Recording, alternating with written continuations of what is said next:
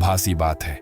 वह दूसरा आय स्रोत मुख्य रूप से अमीर बनने के लिए नहीं, बल्कि मन की शांति खरीदने के लिए है।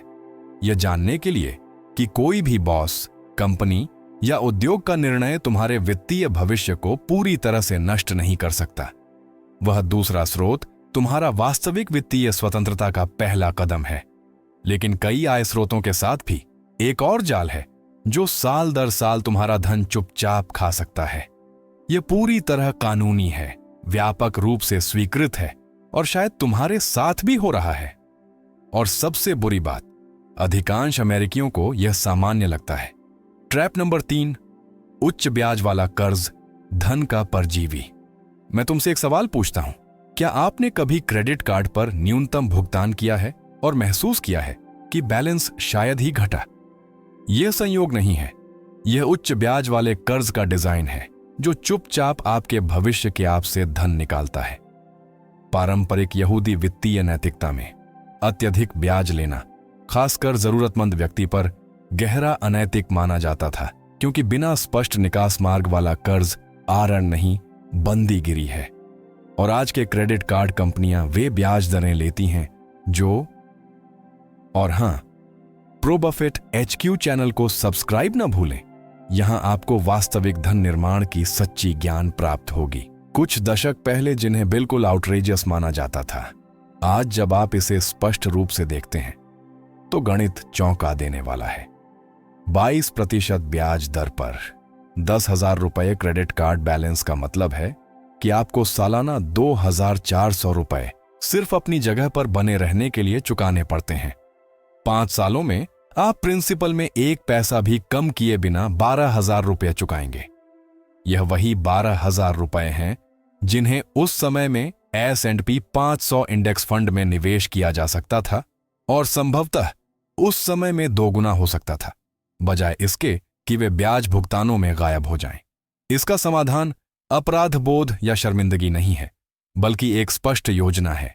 सबसे पहले उच्च ब्याज वाले कर्ज को लगभग हर दूसरी चीज से ऊपर प्राथमिकता दें। खून बहना रोकने के लिए चेज स्लेट एज या सिटी डायमंड प्रेफर्ड जैसे 0% बैलेंस ट्रांसफर कार्ड का उपयोग करने पर विचार करें। क्रेडिट यूनियन के माध्यम से अर्न समेकन डेट कंसोलिडेशन के विकल्पों को देखें, जहां दरें 24% के बजाय 7 से 8% हो सकती हैं। और सबसे महत्वपूर्ण बात, जब आप इससे बाहर निकलने की कोशिश कर रहे हैं तो बैलेंस में कुछ भी जोड़ना बंद करें। आपने अपनी वित्तीय भविष्य को ब्याज भुगतानों द्वारा हाईजैक होने देने के लिए बहुत मेहनत की है। उच्च ब्याज वाले कर्ज से बाहर निकलना सिर्फ एक बिल हटाना नहीं है, यह अपनी वित्तीय कहानी पर फिर से नियंत्रण पाना है। आज की उच्च ब्याज दरों के साथ क्रेडिट कार्ड आरण का भुगतान करना अनिवार्य रूप से निवेश पर 24% गारंटीड रिटर्न है, जो लगभग किसी भी स्टॉक मार्केट अवसर से बेहतर है। लेकिन आरण से बचने के बाद भी एक और जाल इंतजार कर रहा है जो गणितीय से ज्यादा भावनात्मक है। यह अगला जाल स्मार्ट लोगों को ज्यादा खर्च करने, कम बचाने और बिना एहसास किए अपने ही लक्ष्यों को तोड़फोड़ करने के लिए प्रेरित करता है। और आरण के विपरीत, आप इसे सिर्फ चुका नहीं सकते। जाल नंबर 4, आवेगपूर्ण खर्च, भावनात्मक धन का नाला। एक पल ऐसा होता है जिसे हम में से ज्यादातर लोग जानते हैं।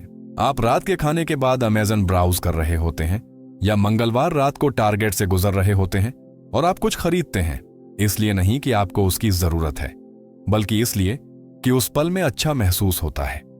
जब तक पैकेज आता है वह भावना गायब हो जाती है, लेकिन आपका बैंक खाता थोड़ा और छोटा हो जाता है। आवेगपूर्ण खरीदारी की यह लगातार ड्रिप सिर्फ एक आदत नहीं है, यह गहरे भावनात्मक हुक वाला एक वित्तीय जाल है। यहूदी परंपरा में एक शक्तिशाली उपाय साप्ताहिक लय में निर्मित है, जिसे शबात कहा जाता है। एक दिन के लिए सब कुछ रुक जाता है, कोई खरीदारी नहीं, कोई खर्च नहीं, कोई वित्तीय लेन देन नहीं, सिर्फ आराम, चिंतन और जुड़ाव। यह कुछ उल्लेखनीय बनाता है, हर इच्छा पर प्रतिक्रिया न करने की आदत। यह सिर्फ आध्यात्मिक ज्ञान नहीं है, यह वित्तीय मांसपेशी स्मृति है। आंकड़े हमारी अपेक्षा से ज्यादा तेजी से जुड़ते हैं। वह 35 रुपए की आवेगपूर्ण खरीद यहां, 60 रुपये की वहां, उस पल में मामूली लगती है, लेकिन 100 रुपये की साप्ताहिक अनियोजित खरीदारी सालाना 5,000 रुपये से अधिक हो जाती है। यह एक अच्छी छुट्टी, एक महत्वपूर्ण निवेश या एक सार्थक ऋण भुगतान है जो उन चीजों पर चला जाता है जो अक्सर आपके जीवन में स्थायी मूल्य नहीं जोड़ते। मैं उत्सुक हूं, इनमें से किस वित्तीय जाल से आप सबसे ज्यादा जूझ रहे हैं? आवेगपूर्ण खर्च हम में से कई लोगों के लिए एक समस्या है, लेकिन शायद यह कुछ और है जिस पर हमने चर्चा की है। कमेंट्स में अपना अनुभव साझा करें। आपकी अंतर्दृष्टि किसी ऐसे व्यक्ति की मदद कर सकती है जो उसी चुनौती का सामना कर रहा है। और अगर आपके पास कोई सुझाव है जिसने आपके लिए काम किया है तो मुझे सुनना पसंद आएगा। समाधान अत्यधिक मितव्ययता या अपराध बोध आधारित बजट नहीं है। यह अपनी खुद की शबात का एक आधुनिक संस्करण बनाना है। खरीदारी से पहले एक निर्धारित ठहराव। 50 रुपए से अधिक की किसी भी गैर आवश्यक खरीदारी के लिए 24 घंटे का नियम लागू करने की कोशिश करें। इसे अपने कार्ट में डालें, फिर खरीदने से पहले एक दिन रुकें। आप हैरान होंगे कि कितने जरूरी चीजें सिर्फ एक दिन की दूरी पर भूल जाने लायक बन जाती हैं। बड़ी खरीदारी के लिए 300 रुपये से अधिक के लिए इसे एक सप्ताह के नियम तक बढ़ा दें। मैं जिन सबसे धनी लोगों को जानता हूं वे वो नहीं हैं जो चाहें खरीदते हैं। वे वो लोग हैं जिन्होंने इरादे से खर्च करने की कला में महारत हासिल की है। वे खुद को वंचित नहीं कर रहे हैं, वे बस यह सुनिश्चित कर रहे हैं कि उनका क्या सोचते हो। धन बनाना वह नहीं है जिसका तुम पीछा करते हो, बल्कि वह है जिससे तुम बचते हो। जब ज्यादातर लोग पैसे कमाने पर ध्यान देते हैं तो यहूदी समुदाय ने चुपचाप पीढ़ीदार धन बनाया, विशेष रूप से कुछ वित्तीय जालों से दूर रहकर। वॉरेन बफेट ने इस ज्ञान को अपने प्रसिद्ध नियम से व्यक्त किया: पैसा न गंवाएं, क्योंकि संरक्षण उतना ही महत्वपूर्ण है जितना संचय। मैंने इन पैटर्न्स का दशकों तक अध्ययन किया है और आज आपको 7 धन नाशक जाल खोल रहा हूं जो चुपचाप अधिकांश अमेरिकियों के बैंक खातों को खाली करते हैं। ये सैद्धांतिक नहीं, व्यावहारिक हैं। मैंने देखा है कि कैसे इन्होंने बुद्धिमान, मेहनती लोगों की रिटायरमेंट योजनाओं को बर्बाद किया जो बस इन्हें आने से नहीं देख पाए। ट्रैप नंबर 5 पर विशेष ध्यान दें। यह हानिरहित लगता है, लेकिन वित्तीय सुरक्षा को ऐसे तरीके से कमजोर करता है जिसके बारे में ज्यादातर सलाहकार कभी नहीं बोलते। चाहे तुम रिटायरमेंट की ओर बढ़ रहे हो या बच्चों के लिए विरासत बना रहे हो, इन जालों को समझने से तुम्हारा वित्तीय भविष्य पूरी तरह बदल सकता है। कोई जटिल रणनीति नहीं चाहिए, सिर्फ जागरूकता और पारंपरिक ज्ञान को चुनौती देने की इच्छा। चलिए पहला धन खत्म करने वाला जाल खोलते हैं जो सामने है लेकिन छुपा हुआ है। ट्रैप नंबर 1, जीवन शैली मुद्रास्फीति, चुपचाप धन नाशक। क्या आपने कभी देखा कि जीवन खर्च बढ़ाने के लिए सही पल बनाता है? ऑफिस में प्रमोशन मिला और अचानक नई कार बहुत महंगी नहीं लगती। बच्चे घर छोड़ गए और बड़ा घर आवाज करने लगता है। यह स्वाभाविक लगता है, यही तक कि पात्र भी। लेकिन कोई तुम्हें यह नहीं बताता कि यह पैटर्न, जीवन शैली मुद्रास्फीति, सबसे चुपचाप धन नाशक है। गणित कठोर है। जब तुम्हारा खर्च तुम्हारी आय की दर से बढ़ता है तो तुम्हारा धन स्थिर रहता है, बढ़ता नहीं। अमेरिका के सबसे अमीर व्यक्तियों में से एक वॉरेन बफेट अभी भी उसी घर में रहते हैं जिसे उन्होंने 1958 में $31,500 में खरीदा था। इसलिए नहीं कि वे बेहतर नहीं अफोर्ड कर सकते, बल्कि इसलिए कि वे एक सिद्धांत समझते हैं जिसे ज्यादातर लोग मिस कर देते हैं। धन दिखाने के बारे में नहीं, बढ़ाने के बारे में है। यहूदी कहावत में गहरा ज्ञान है। कौन अमीर है? वह जो अपने पास जो है उससे संतुष्ट है। यह सिर्फ एक अच्छी बात नहीं, यह एक धन निर्माण रणनीति है जो दर्शन के रूप में छुपी हुई है। जो परिवार पीढ़ीदार धन बनाते हैं वे गुप्त धन, स्टेल्थ वेल्थ का अभ्यास करते हैं।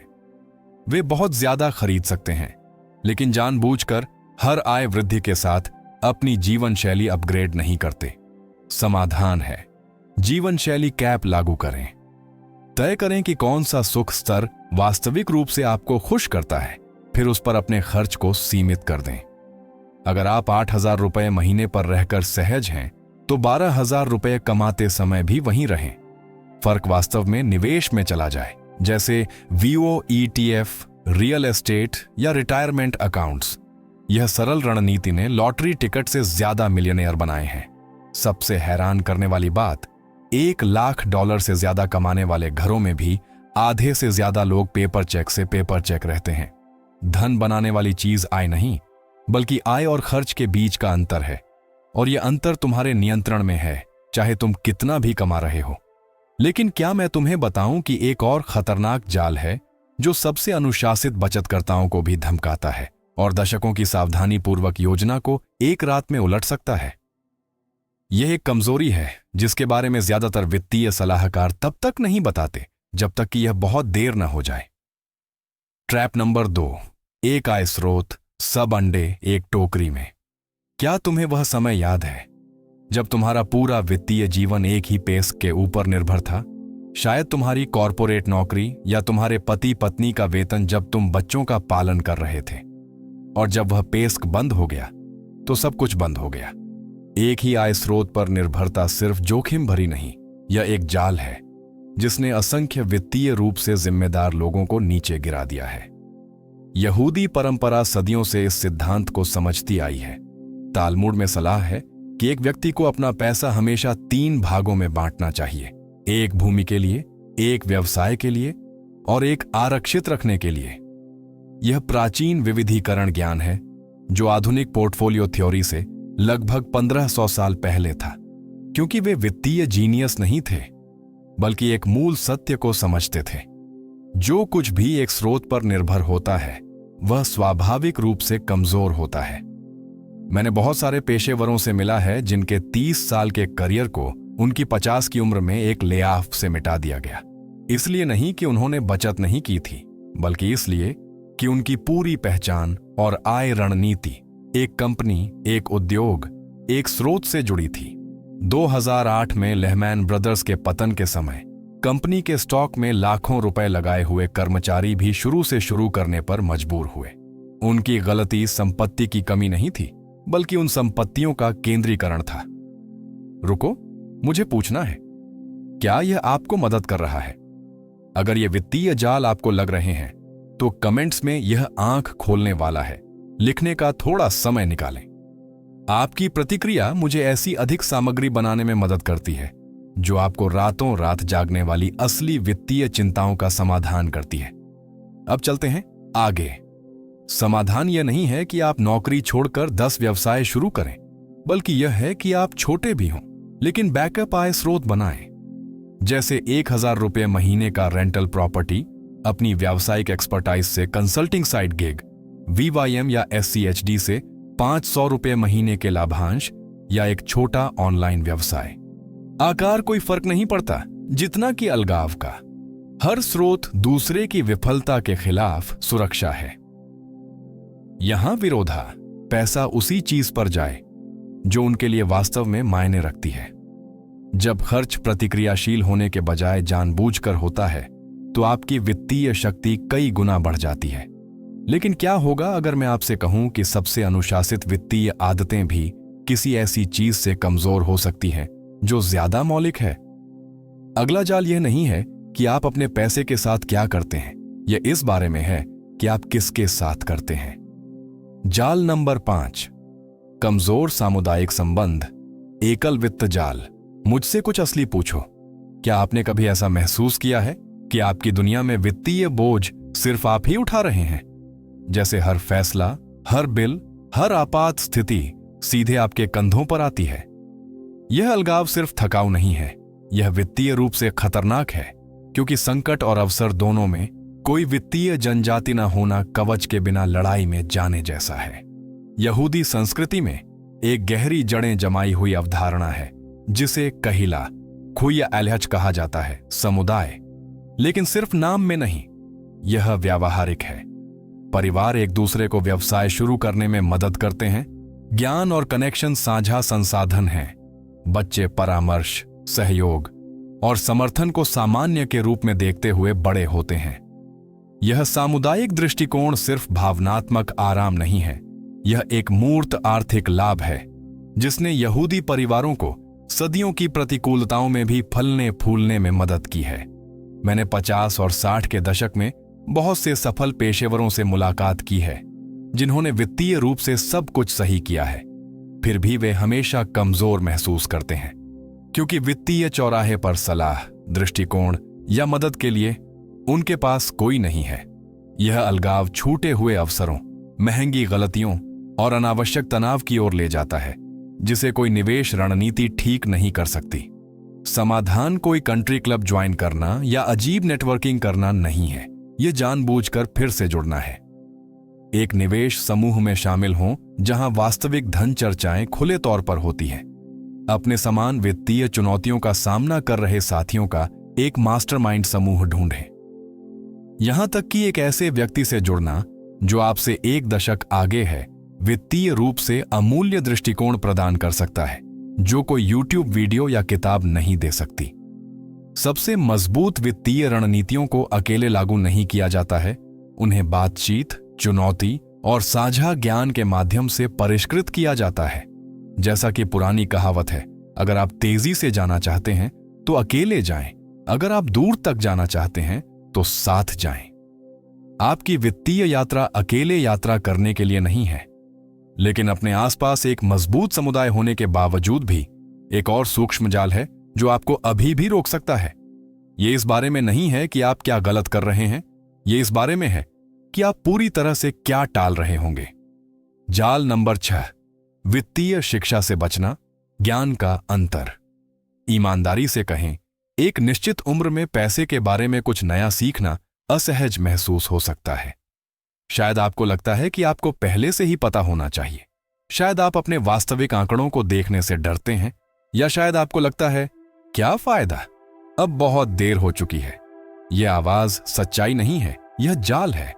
यहूदी परंपरा में सीखना सिर्फ युवाओं के लिए नहीं है, यह एक आजीवन मिशन है।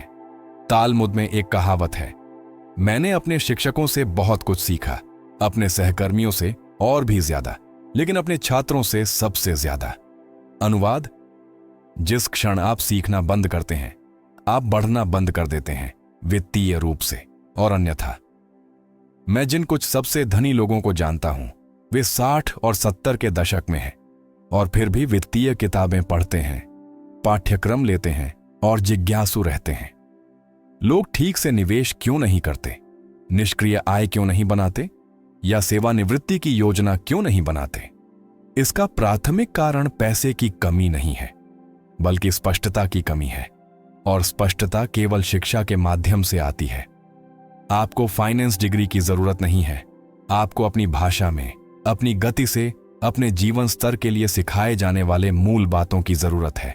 वित्तीय दुनिया चाहती है कि आप माने कि यह आपके लिए उनकी मदद के बिना समझना बहुत जटिल है। यह जटिलता उनके हितों की सेवा करती है, आपके नहीं। सिर्फ एक विषय से शुरुआत करें जिससे आप बच रहे हैं। शायद यह 60 के बाद रोत रूपांतरण रणनीतियों, रॉथ कन्वर्शन 60 के बाद स्ट्रैटेजीज को समझना है। शायद अंततः यह सीखना है कि सेवानिवृत्ति आय के लिए बॉन्ड लैडर कैसे काम करते हैं, या बस यह समझना कि अपने 4001, 401 के स्टेटमेंट को ठीक से कैसे पढ़ें।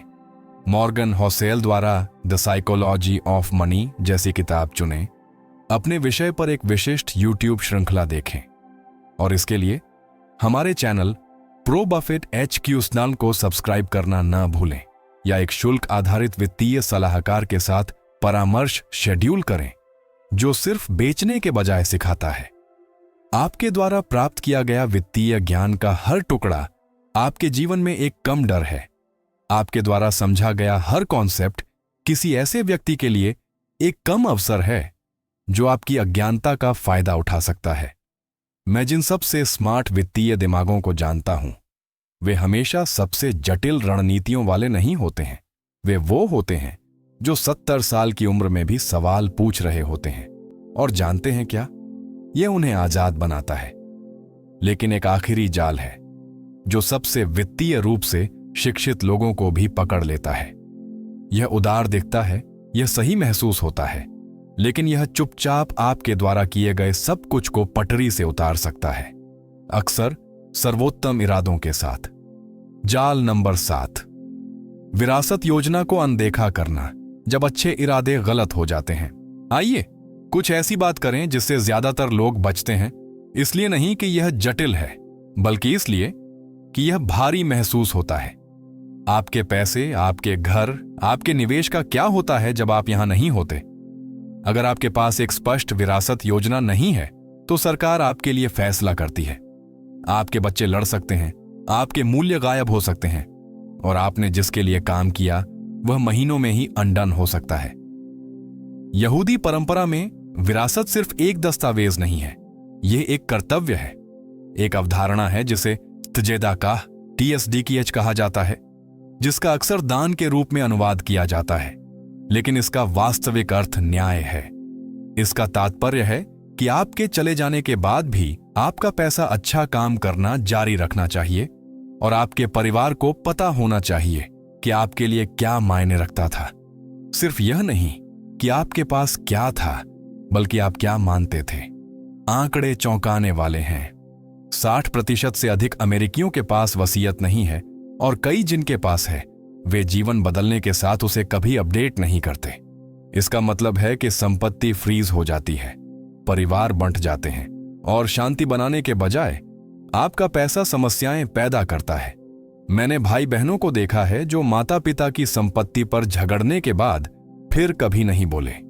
इसलिए नहीं कि माता पिता संघर्ष चाहते थे, बल्कि इसलिए कि उन्होंने योजना बनाने से परहेज किया। इन मूल बातों से शुरुआत करें। एक साधारण वसीयत लिखें, एक भरोसेमंद निष्पादक एग्जीक्यूटर नामित करें, अपने खातों, पासवर्ड और मुख्य संपर्कों की सूची वाला एक दस्तावेज बनाएं। लेकिन तकनीकी बातों से आगे बढ़ें, अपनी इच्छाओं और मूल्यों को साझा करें। आप किसकी मदद करना चाहते हैं? कौन से कारण आपके लिए मायने रखते हैं? आप पैसे के बारे में कौन से सबक अपने बाद जीवित रखना चाहते हैं? ट्रस्ट एंड विल या लीगल झूम जैसी कंपनियां तकनीकी पक्ष को आश्चर्यजनक रूप से किफायती और सीधा बनाती हैं। जीवन के इस पड़ाव पर आपकी संपत्ति सिर्फ आपकी नहीं है, यह आपके परिवार की कहानी का हिस्सा है। आपको यह तय करने का अधिकार है कि आपके जाने के बाद वह कहानी कैसे जारी रहती है। सबसे बड़ा उपहार सिर्फ पैसा छोड़ना नहीं है, यह अर्थ, उद्देश्य और स्पष्ट इरादों के साथ पैसा छोड़ना है जो आपके मूल्यों को दर्शाते हैं। ये 7 जाल शांत, सामान्य और पूरी तरह से टाले जा सकते हैं जब आप उन्हें आते हुए देखते हैं। यहूदी समुदाय ने सिर्फ इस बात से दौलत नहीं बनाई कि उन्होंने क्या किया, बल्कि इस बात से भी कि उन्होंने क्या करने से इनकार कर दिया। और अब आप उस ज्ञान को उधार ले सकते हैं ताकि आप एक ऐसा जीवन, एक ऐसा भविष्य और एक ऐसी विरासत बना सकें जो स्थायी हो। जाने से पहले आप इन 7 वित्तीय जालों में से किससे पहले निपटेंगे? इस वीडियो को कमेंट्स में 1 से 10 तक रेट करें और साझा करें कि आप आज किस जाल से बचना शुरू करने जा रहे हैं। मैं हर कमेंट पढ़ता हूं और आपकी वित्तीय यात्रा के बारे में सुनना पसंद करूंगा। और अगर आपको इन जानकारियों में मूल्य मिला है तो याद रखें कि वित्तीय ज्ञान साझा करने के लिए है, बिल्कुल यहूदी परंपरा की तरह।